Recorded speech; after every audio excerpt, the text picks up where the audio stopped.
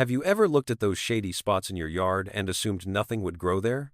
Maybe you're staring at the area under your big oak tree, thinking it's basically wasted space. Or you've got that north-facing bed along the fence that never sees direct sun, and you've just given up on it. Perhaps you've even spent money on plants that promise to tolerate shade, only to watch them struggle and die while the sunny parts of your garden thrive.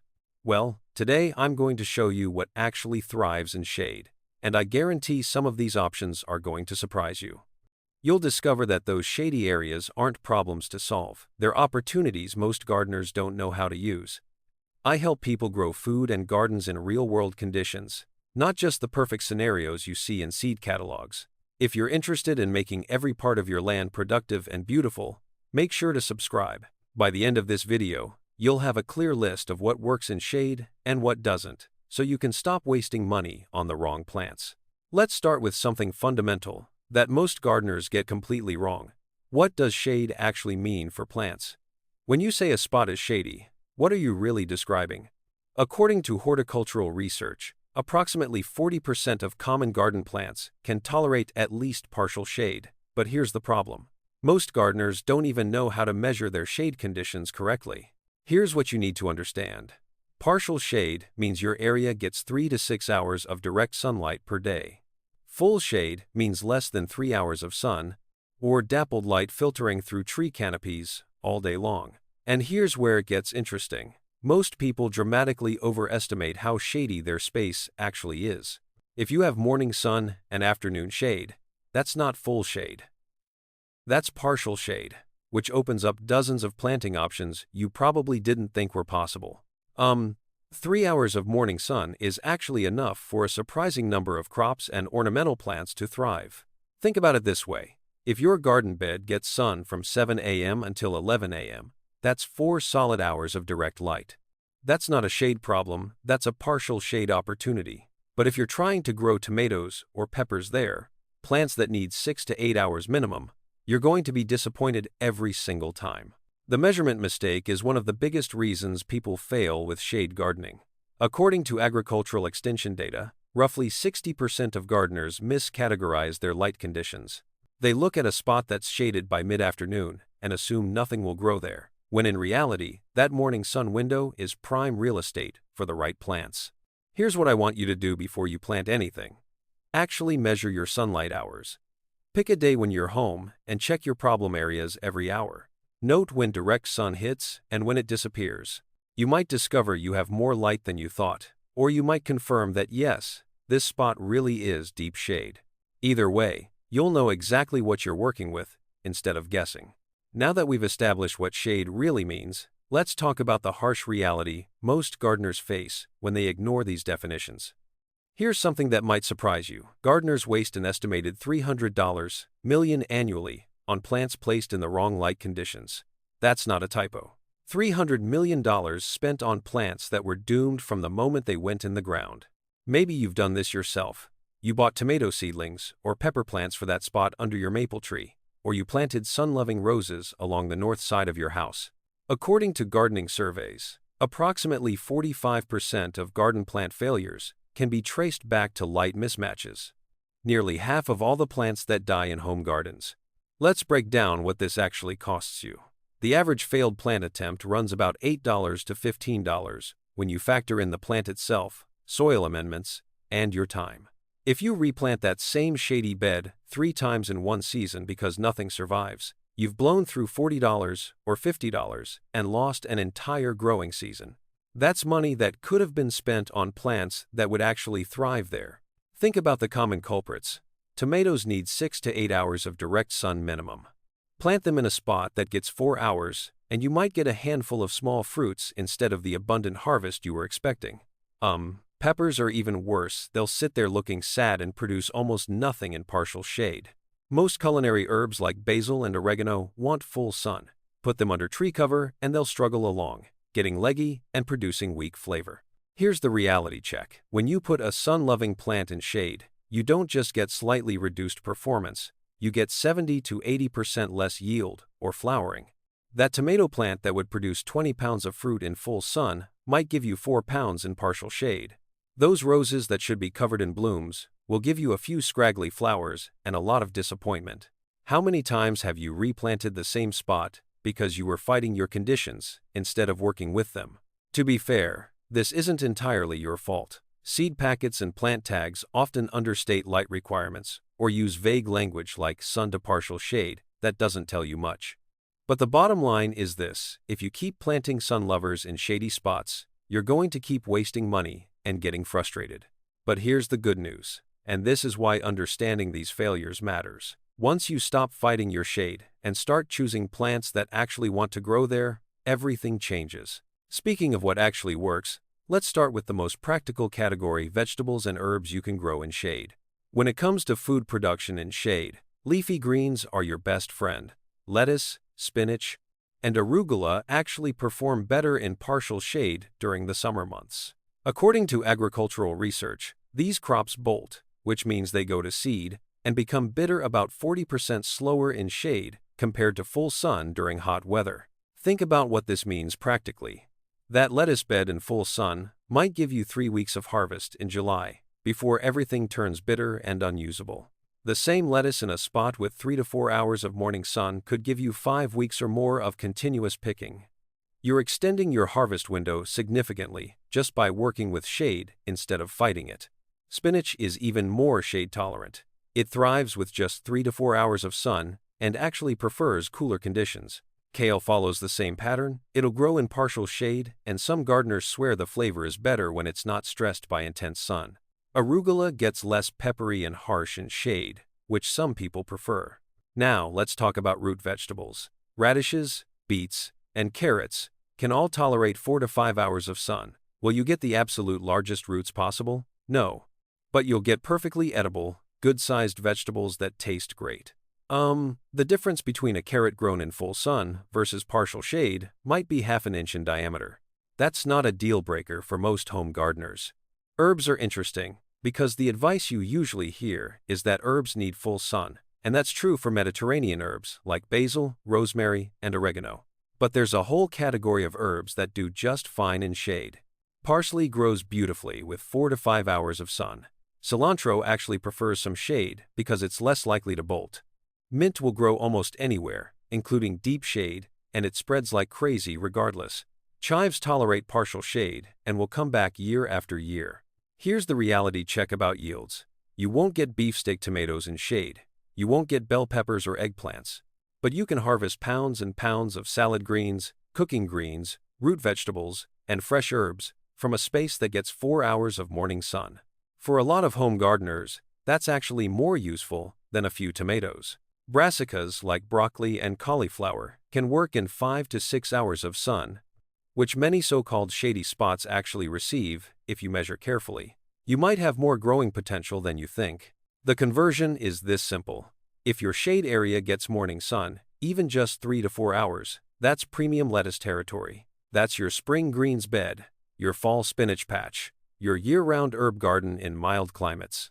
Now, let's talk about ornamental plants, because shade gardening isn't just about food, it's about creating beautiful spaces with what you have. If you think shade means boring greenery and no color, think again. According to nursery industry data, shade perennials actually outsell sun perennials in regions with mature tree canopies. Why? Because once people discover what's possible in shade, they realize these plants offer just as much visual interest as anything you'd grow in full sun. Let's start with hostas, which are basically the workhorses of the shade garden. There are literally hundreds of varieties, ranging from tiny 6-inch plants to massive 4-foot specimens. They come in colors from deep blue-green to chartreuse to variegated patterns with white or gold edges. Hostas need just 2 to 3 hours of sun, and some varieties actually prefer full shade. Plant them once, and they'll come back bigger and better every year. Ferns are another category that thrives in low light. Native ferns like Christmas fern, lady fern, and ostrich fern require minimal light and zero fuss once established. They give you that lush, woodland garden look that's impossible to achieve with sun-loving plants. Astilbe is your flowering option for shade. These perennials produce dramatic, feathery plumes in pink, white, red, or purple, and they bloom in conditions where most flowering plants would refuse to even grow. They prefer moist soil and partial to full shade, making them perfect for those problem spots that stay damp. Heuchera, commonly called coral bells, offers colorful foliage that rivals any flower. Leaves come in purple, bronze, lime green, silver, and combinations of all of the above. These plants tolerate deep shade and provide color from spring through fall, not just during a brief flowering period. Now let's talk about ground covers, because this is where shade gardening really outperforms sun gardening. Grass needs 4 to 6 hours of sun minimum to stay thick and healthy. If you're trying to maintain a lawn under trees, you're fighting a losing battle. But shade ground covers like Pachysandra, Vinca, and sweet woodruff thrive with just 2 to 3 hours of light. They'll fill in areas where grass struggles, they require almost no maintenance once established, and they prevent erosion on slopes. The lawn replacement calculation is simple. Stop spending time and money trying to grow grass in shade. Plant a ground cover instead, and you'll have a low-maintenance green carpet that actually looks good, instead of thin and patchy. For seasonal color, shade annuals give you plenty of options. Impatiens, begonias, and coleus all thrive in shade and provide brilliant color from spring through fall. Coleus especially has become incredibly diverse, with varieties offering foliage in reds, purples, yellows, and intricate patterns. Here's the reality check. Your shady bed can have as much color, texture, and visual interest as any sunny border. You're just choosing from a different plant palette. But here's where it gets really interesting. Shade gardening has advantages that most people never consider. Here's what most gardeners don't realize. About shade plants growing in shade use 30 to 50% less water than the same species growing in full sun. Let me say that again because it's such a game changer. 30 to 50% less water. According to agricultural water usage studies, shade significantly reduces transpiration rates, which means your plants lose less moisture through their leaves. A hosta in full shade might need watering once or twice a week during summer, while the same plant in sun would need daily watering. Over the course of a growing season, that's hundreds of gallons of water saved. Let's break down what this means financially. If you're watering a 200 square foot shade garden twice a week instead of daily, you're saving roughly 15 to 20 gallons per watering session. That's 60 to 80 gallons per week, or over 2,000 gallons across a typical growing season. Depending on where you live and your water rates, that could translate to $50 to $100 less on your water bill every summer. But the advantages go way beyond water savings. Many common garden pests actually prefer plants that are stressed by full sun. According to Extension Service observations, shade gardens experience noticeably less pressure from aphids, spider mites, and leaf miners, compared to equivalent sun gardens. Plants growing in their preferred light conditions are simply healthier and more resistant to pest damage. Then there's the extended harvest season for edibles. Remember those leafy greens we talked about earlier? In a full sun garden, lettuce becomes bitter and bolts when temperatures hit 80 degrees.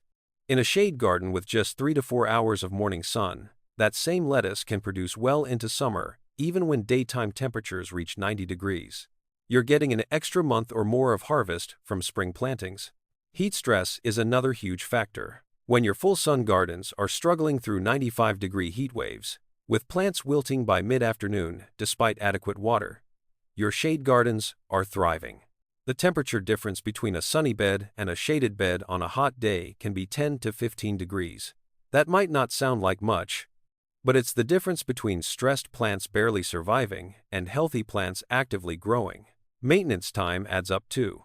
Less watering means less time spent dragging hoses around. Shade perennials typically need less deadheading than sun-loving annuals that get scorched by intense light. You're not constantly replacing plants that couldn't handle the heat. Here's another advantage most people never consider: soil moisture retention. Shaded soil loses approximately 40% less moisture to evaporation compared to soil in full sun. This means your soil amendments, compost, and organic matter break down more slowly and stay effective longer. You're building better soil over time with less effort. The paradox is this: you might actually get better yields per square foot in shade for certain crops, simply because the plants stay productive longer and experience less stress.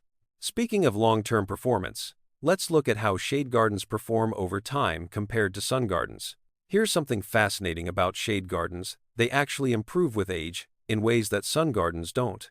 According to landscaping maintenance studies, mature shade gardens that have been established for 5 or more years require approximately 60% less maintenance than equivalent sun gardens of the same age. Let's walk through what this looks like over time. In year 1, you're in the establishment phase. You're learning which plants work best in your specific conditions. You're amending soil. You're watering regularly to get everything rooted in. This year requires effort and attention, no different from any new garden. Years 2 and 3 are when things start to get interesting. Your perennials are filling in. Those hostas that were 8 inches across are now 18 inches. Your ground covers are spreading and starting to choke out weeds naturally. You're still doing some maintenance, but you're noticing that you're weeding less because the plants are creating their own weed-suppressing canopy. By years 4 and 5, you've got something close to a self-sustaining ecosystem. Your shade perennials have filled in completely. That Pachysandra, or Vinca ground cover, has formed a solid mat that weeds can't penetrate. Your ferns are multiplying on their own. Your hostas are massive and need dividing, which gives you free plants to expand the garden or share with neighbors. Here's where the tree maturity factor really comes into play. As your trees grow and their canopies expand, your shade garden becomes more valuable real estate, not less. That spot that was partial shade 5 years ago might be full shade now, and instead of losing planting options, you're gaining them because you've already established shade-loving plants that are thriving. According to property appraisal data, mature shade gardens can add 8 to 12% to home landscaping value. Why? Because they demonstrate established, professional quality landscaping that requires minimal ongoing investment. A mature shade garden tells potential buyers that someone understood the property's conditions and made smart, long-term choices. Now let's talk about the investment angle, because shade perennials are like compound interest for your garden. That $15 hosta you planted in year 1 can be divided into 8 to 10 plants by year 5. Each division is worth $15, so your initial investment has multiplied into $120 to $150 worth of plants. Your ferns are spreading naturally and can be divided. Your ground covers have covered 3 times the area they started with. Compare this to sun gardens that rely heavily on annuals. Those impatiens and petunias need to be replanted every single year. That's $100 to $200 annually for the same beds, year after year. Your shade perennials, on the other hand, are appreciating assets that get better and more valuable over time. The soil improvement factor matters too. Shade gardens build organic matter faster because decomposition rates are slower in cooler, moister conditions. That leaf litter from your trees breaks down gradually, creating rich humus. Your perennials' root systems are improving soil structure year after year. The compound effect over a decade is significant. Your initial effort in years 1 through 3 pays dividends for decades to come. But here's where things get tricky, and this is where most shade gardeners make critical mistakes, even when they choose the right plants. You can plant every shade-tolerant variety I've mentioned and still end up with a failed garden. According to Extension Service surveys, approximately 35% of shade garden failures happen despite gardeners choosing the correct plants for their light conditions. So what's going wrong? The biggest culprit is soil compaction under trees. Tree roots create soil that's almost concrete hard, especially under maples, beeches, and other shallow-rooted species. You can't just dig a hole, drop in a hosta, and expect it to thrive in that compacted, nutrient-poor soil. Shade plants need 3 to 4 inches of quality compost added annually, not once when you plant them annually. The tree roots are constantly competing for nutrients and water, and they're much better at extracting both than your perennials are. If you're not replenishing that organic matter every year, your shade plants will slowly decline, no matter how shade-tolerant they're supposed to be. Here's another mistake that kills shade gardens, assuming that shade means you don't need to water. Shade reduces evaporation from the soil surface, which is great, but it doesn't reduce your plant's water needs. A hosta in shade still needs consistent moisture to produce those lush leaves. Ferns need moist soil to thrive. The reality is this: shade doesn't mean no watering needed. It means watering twice a week instead of daily. Spacing errors are another common problem. People see a 6-inch hosta in a pot and plant 5 of them in a 3-foot space, thinking they'll fill in nicely. But that 6-inch hosta becomes 2 to 3 feet wide in 3 years. Now you've got overcrowded plants competing with each other. And instead of a lush garden, you've got a tangled mess where nothing has room to reach its potential. Think about that for a second. You've created a spacing problem that won't show up for 2 years, and by then, you're stuck ripping out plants you already invested in. Root competition is the hidden challenge most people never consider. You're not just gardening in shade, you're gardening in an active tree root zone.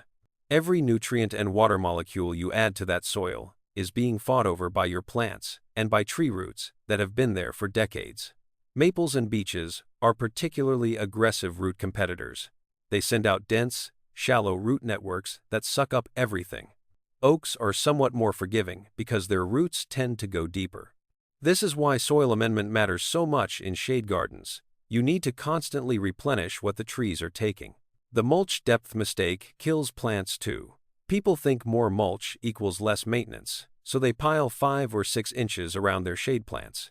But most shade perennials have shallow root systems that need to breathe. More than 2 to 3 inches of mulch suffocates them, especially hostas and other plants with crown structures at soil level. How many of these mistakes are you making right now in your shade areas? Because choosing the right plants is only half the battle. The other half is creating and maintaining soil conditions that let those plants actually succeed. So where does this leave you if you're standing in front of a shady patch of land wondering what to do with it? Here's the reality. That shady area isn't a problem, it's an opportunity most gardeners don't know how to use. The knowledge gap is simple. Most gardeners give up on shade without ever trying appropriate plants. They assume shade equals failure, so they leave those areas empty, or they keep replanting sunlovers and wondering why nothing works. But you now know what the average gardener doesn't. You know which plants thrive in shade, which ones tolerate it, and which ones will fail every time. You don't need special skills or expensive equipment. You need the right plant list and basic soil preparation. That's it. Measure your actual sun hours so you know what you're working with. Choose plants rated for your specific light conditions, not what you wish your conditions were. Amend your soil with 3 to 4 inches of compost annually to counteract tree root competition. Water appropriately less frequently than sun gardens, but consistently. The average shade gardener makes the mistake of fighting their conditions instead of working with them. They try to force sun-loving plants into shade, or they choose shade plants but neglect the soil preparation, or they assume shade means zero maintenance. All of those approaches lead to frustration and wasted money. Your approach is different. You understand that a well-maintained shade garden outperforms a neglected sun garden every single time. You recognize that those leafy greens in partial shade can produce longer harvests than the same crops in full sun. You know that mature shade perennials become more valuable over time while sun annuals need replacing every year. Simple beats perfect in gardening. A modest shade garden with appropriate plants and decent soil will give you years of beauty and productivity. A grand plan with the wrong plants will give you nothing but dead stems and bare ground. Think about the time advantage. While other gardeners are watering and weeding their sunbeds daily, you're harvesting lettuce and enjoying hostas that practically take care of themselves. While they're replanting heat-stressed annuals mid-summer, your shade perennials are thriving through the heat waves. You deserve productive, beautiful garden space in every part of your land, not just the sunny spots. Those shaded areas represent square footage that could be growing food, supporting pollinators, preventing erosion, and looking beautiful. Treating them as wasted space is leaving money and potential on the table. These shade-tolerant plants show us what's possible when you stop fighting your conditions and start working with them. When you choose plants that want to grow in the light you have, not the light you wish you had. The choice is yours.